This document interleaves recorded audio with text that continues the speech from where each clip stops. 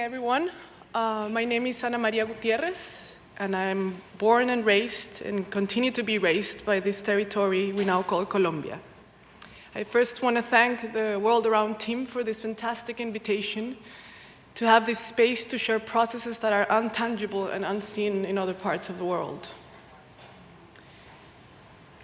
As far as I recall, this image is the beginning of the most intense love affair I've ever had in my life that has me standing today. And like all powerful loves, it's been bold enough to make me think I have some clarities, but it's been sharp enough to remind me every day that a learning thrive through sensorial experiences is an everyday struggle. I still remember the first time that I was in contact with earth as a construction material. I ended up just building neuronal paths to understand what exactly embodiment of a learning experience is, and the clear vision that we need to create practical approaches of tangible processes of mind and body as a whole. Education is a framework that implies sharing, recognition of the other, voicing the territory, process-based approaches is the strongest quest of this path. Aiming to create this new paradigm, us as builders, designers, unlearning all concepts of ownership, hierarchy, and misleading discourses of progress and evolution may take us to a pilgrimage of recognition of origins, where ecosystems and cultures can be our classrooms. The search for alive knowledges in the territory has made me navigate through the struggle that all these practices go through after years of stigmatization and abuse. The autonomy of the territories, the self-managing of their own well-being relies on these practices. The protection of the jungles and rivers depend on this woven relationship between culture and ecosystems. And it is weakened every day by the colonialist, extractivist interactions we keep endorsing.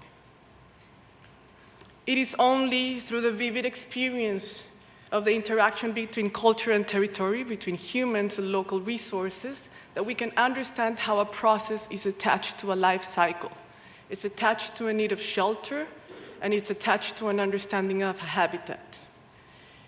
It is through the cultural, vivid expressions, it is through the fibers that we can sense the open book of knowledges communities have to share and protect.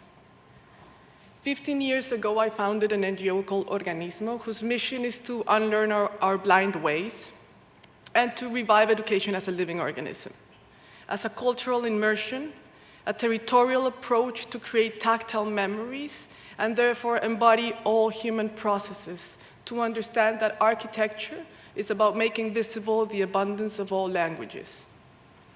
Organismo is a vivid platform of an intercultural exchange. It's a dialogue between a center of regeneration we have in the outskirts of Bogotá, where we design and prototype educational programs as well as settlements, sustainable settlements, and the dialogues that we have in the communities that we're invited to co-create with.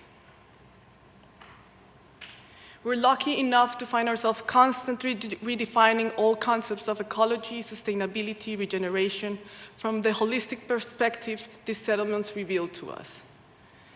Being part of community construction processes made us work towards what we call escuelas vivas, alive schools, that any co-creation process has the potential of becoming.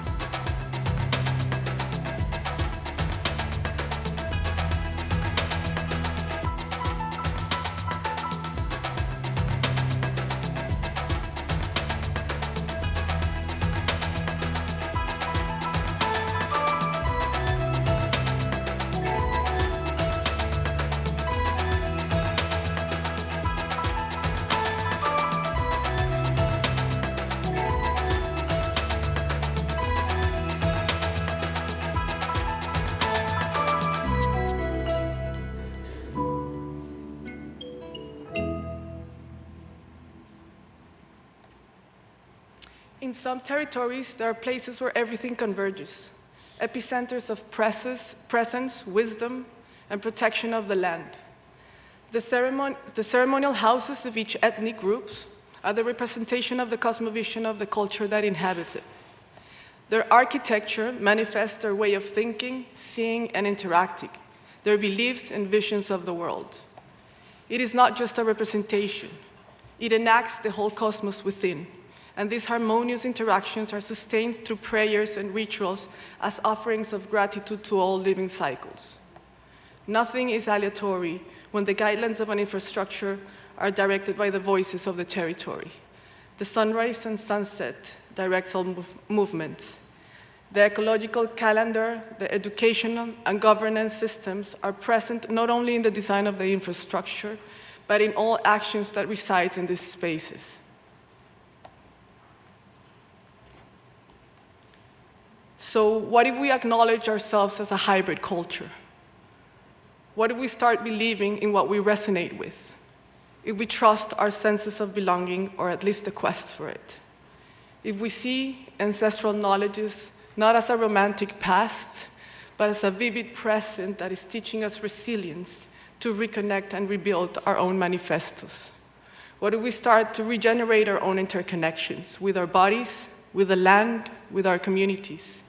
What if we search for our guides, for our teachers, and we come together to remember how to offer back to life and acute our listening? This was the premises to start building our own house of thought at our center 3 years ago, an intercultural temple to build together. We designed an educational program around cosmovisions and sacred architecture inspired by the richness of the cultures of our country. Guided and trained by a great ally, friend, and teacher, Jaime Peña, we learned to build with the technique of non-glued laminated bamboo beams. Bamboo is known to be the iron of nature, strong, flexible, with rapid growth. Working with bamboo strips, drawing, structuring organic shapes made us rapidly understood we were becoming weavers, not builders.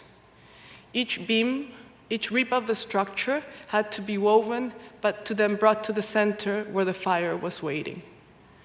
We were weaving thoughts, rhythms, intentions of all the students that created this portal, this shelter, this vessel for liminal dialogues. Listen to the material we were taught. It will tell you how to go. There was no prerequisite to build with us. We, as humans, have the need to manifest our dreams, and we need to build together. We dreamt of a space that will guide us to find new ways of relating and protecting our interactions, sheltering what we know exists, but we haven't been able to find how to access. Weaving as a gesture of integrating plants, elements, entities into what we call inhabiting. Relating to the non-human possible dialogues as thresholds we need to cross to explore this human life. And sacred geometry, what a wise teacher. The existing messages of nature waiting for us to be decoded and embraced. This toroid, the torus, the magnetic field that surrounds our body, the geometrical manifestation of reciprocal relationships, the daily reminder of all mutual exchanges, of the entanglement of life cycles, the visible woven together in such a harmonious connection.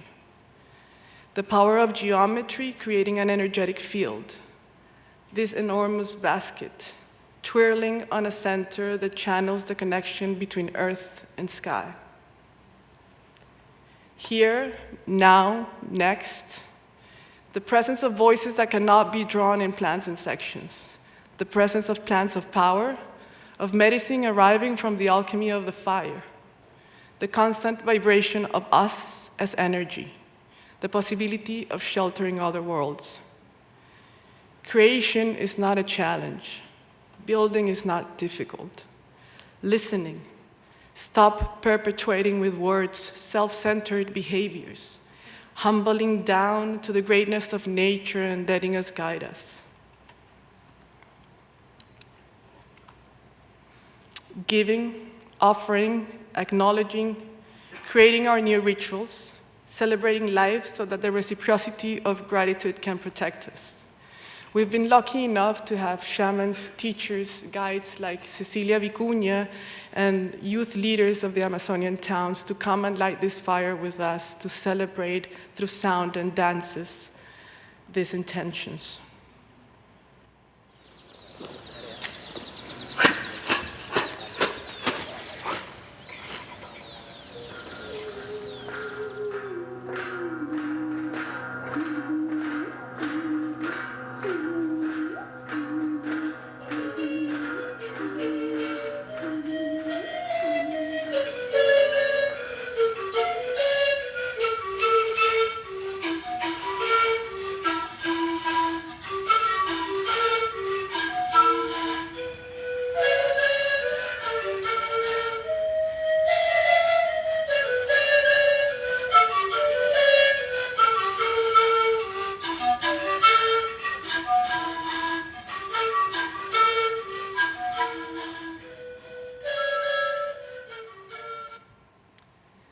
And this friendly reminder of Buckminster Fuller, you never change things by fighting the existing reality.